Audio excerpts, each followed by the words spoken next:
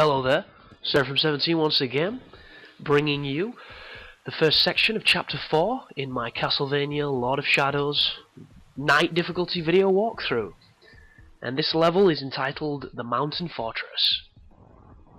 And now that we've just taken down our first Lord of Shadows, we've got a new ability, and we're headed to a completely new area of this interesting world, basically, and that is the territory of the vampires. So we're going to be moving away from the Lycans and moving towards different enemy types.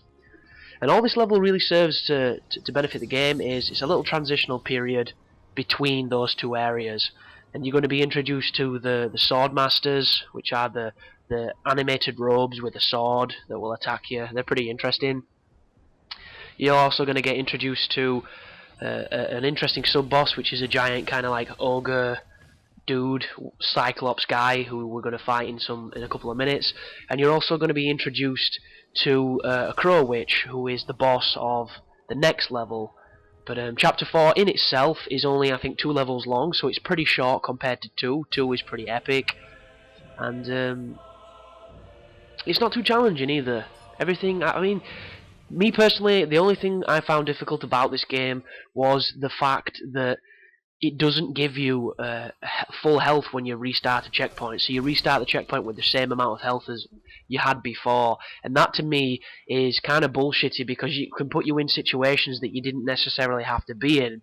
And the counter argument to this point is where people say, well, you can just fight and learn how to use the combat system to have unlimited health by building that focus, building natural essence, and then just using your light magic. But it shouldn't have to be like that, because there's sometimes where there's no enemies to kill, you have a jumping section, and if you fall from a jumping section, it does a little bit of damage, and it kills you, because you don't have enough health to take that little bit of damage, and there's no way to heal, because there's not one of those green things that he shoves his cross in, or anything like that, and you just end up going through more trouble than you should. And that's a bit of an annoyance, I found. But as you can see, I finally figured out that grabbing and spamming the throw is the best way to deal with little enemies on this game. So from now on, hopefully, I'm going to be doing that at every opportunity, and you get a ton of essence after it, so if you lose any life, you can recover it. And just be careful, because when you come out of the animation, you are vulnerable, and sometimes the enemies will get a cheeky punch in, and if it stuns you, they'll get more than one punch in, and there's not a lot you can do about it. But just carry on over here. Watch me fuck that jump up, because the platforming and the detection when it comes to grabbing a ledge is absolutely piss weak on this game. I really don't like it. And when you jump across here, you'll come up against a couple more of the troll guys, so beat them up.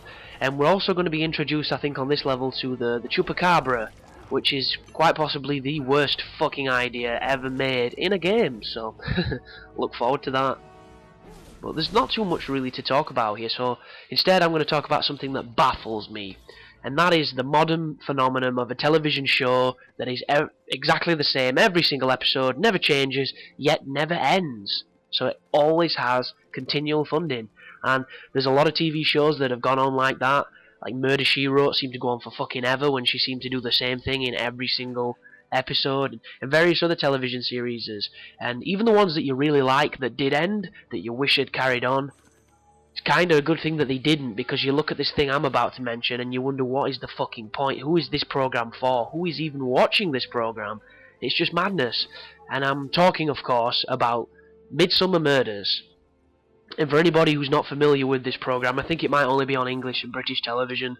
So this is something that comes on about tea time on one of the main, television, network providers that we've got, and it follows these detectives who work in and around this like rural countryside area, which is called Midsummer.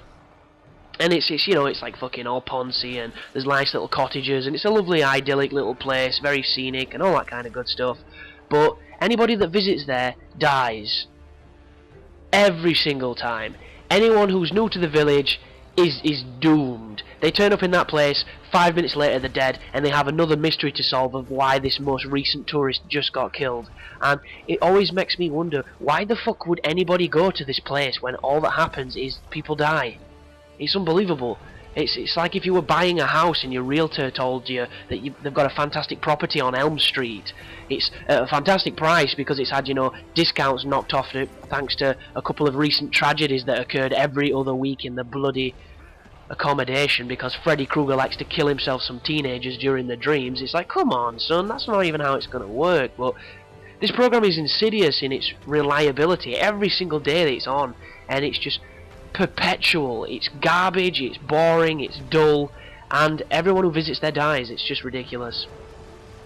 That section that we've just passed there, when he moves away, he's going to destroy the rubble below you, and you need to get over to the right hand side of the screen. If you don't do it in time, you'll fall and have to fight those trolls again. And it happened to me a few times, so you want to be really careful with it because it's utter bullshit. And this section here, you are perfectly safe, but as soon as he makes a fist, move back to where I am, and he won't hit you with his attack. So beat him up, beat him up. As soon as he makes a fist, it means he's going to swipe for you, move out of its way, and you can keep attacking his hand. And this is dead simple, this stuff. It's not too challenging whatsoever. But once you beat him up, you can carry on. And this is basically the first few stages of a couple stage fight with this big boss guy.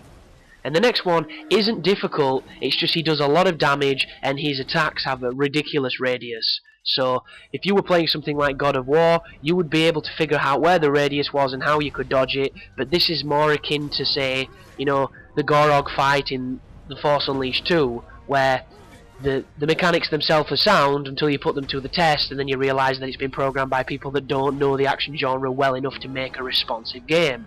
So the best thing to do here is just to keep dodging him and attack when he puts his hands down. There's a shockwave occasionally, so make sure you jump over that. But just, you know, be patient, use your abilities. You've now got the ability to run fast if you want to use that to evade, but truth be told, he'll probably hit you a couple times just because sometimes he does a move that's so fast you don't seem to be able to dodge it, which is bullshit, and I hate it. But there's not a lot you can do, so just keep whittling his life away. I'm not using any magic abilities because that's what I'm doing in this run through. I would implore you to use your dark magic to kill this guy quicker, and your light magic to bring your life back if you're close to dying. There's the shockwave move. Don't worry too much about it if it hits you, because it does very little damage, as you've just seen. And then as soon as the quick time event happens, you'll get a cutscene, you'll get a checkpoint, and he'll lose an eye. And now all you have to do is beat him up again in the exact same way, and then make him lose his second eye. And it's just, you know, rinse and repeat. But yeah, just keep doing what you've been doing for the last stage of the fight, and you shouldn't have too much trouble here. This is one of the more unique boss fights in the game, because you don't see this enemy type ever again, which is cool. But at the same time, he could have had, you know, a couple of brothers, different colours, you know, colour swaps, and maybe a couple of horns, and made just some of the levels where they don't have that many interesting things happening a bit more interesting with boss fights. Because just look at Devil May Cry's. They might not have the most interesting level design, or the most enjoyable puzzles, or even the most, you know, riveting gameplay in them when it comes to traversing the levels, because at the end of the day you're just running down corridors and picking up orbs and shit so that you can open doorways. But as soon as they throw a boss at you, that's when the fun really starts, and they throw a lot of bosses at you, so it kind of helps you forget the fact that everything else that's not combat related isn't that great. But yeah, this is not a Devil May Cry, and that's made abundantly clear when you play it. Just keep beating his hand up. Don't watch the health bar. That's one piece of advice I'll give you, because it seems to be really misleading. They can have almost no life and still take a massive beating. So the best thing to do is to just keep watching what you're doing, keep being patient, just try your best, and hopefully you'll take them down. But it's currently the 10th of May.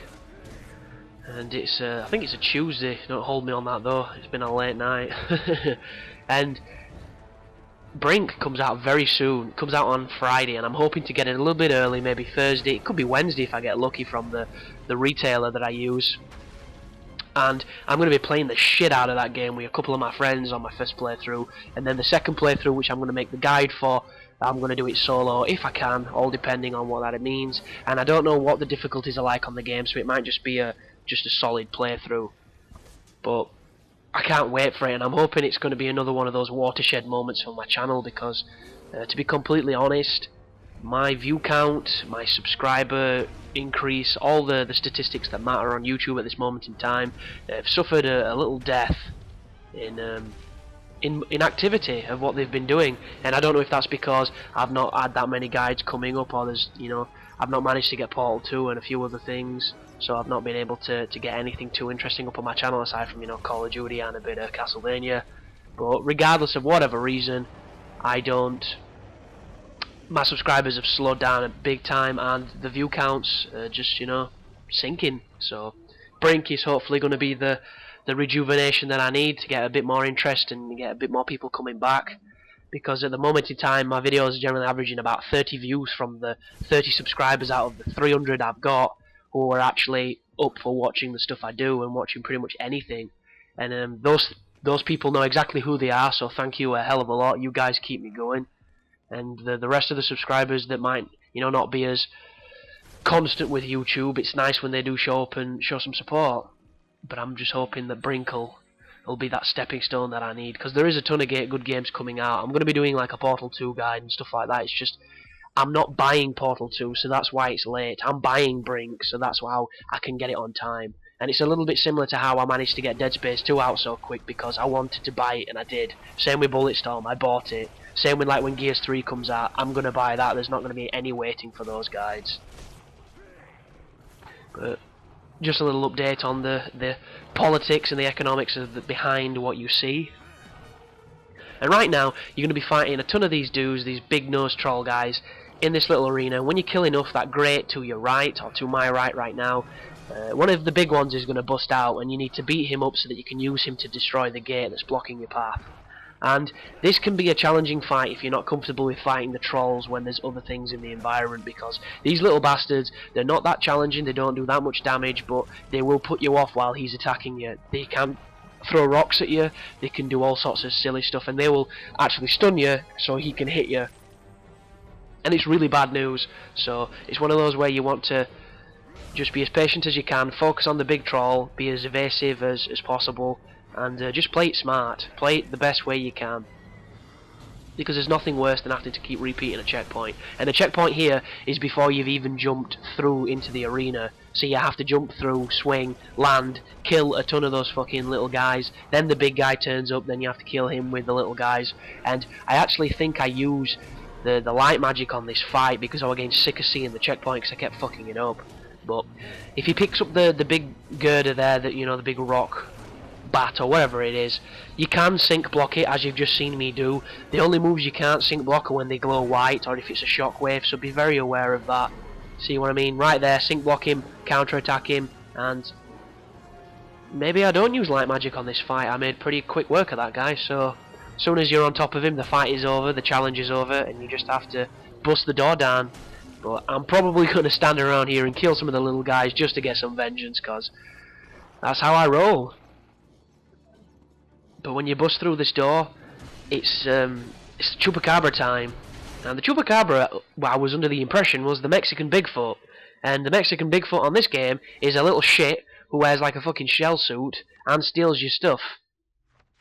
So right now I have none of the abilities that I have unlocked. I can't sprint, I can't do anything, and I can't continue until I find him. And what he does is he runs away, and he tells you if you're getting closer to him by saying if you're warmer or if you're colder, just like you used to do when you were a kid with your friends when you hid something and they had to find it. And it's the exact same concept here. And as soon as you get to him, you grab him, you get all your abilities back, and you can carry on. The only problem with this mechanic is they've put it in here to elongate the levels, and it's fucking bullshit. I don't think there's a single human being alive who's played this game that's openly says the Chupacabras were their favourite part of the game. They look forward to every Chupacabra incident, because it's garbage. It's not gameplay, it's just that, oh, this level was supposed to be, 40 minutes long, it's only 20 minutes long, so we're going to get you to run around for an extra 20 minutes just to give, that criteria. It's just bullshit. But there he is anyhow, he's up on this little bit. As soon as you get your abilities, you can carry on and you can run all the way back to where you were originally going. And when you get to the top of here, it will cut to the end of the level. And the next level is going through the Witch's Tower, killing the Swordmasters, and then killing the witch herself, who can be pretty challenging if you, let her get a bit too far in her ways, but she's not too bad.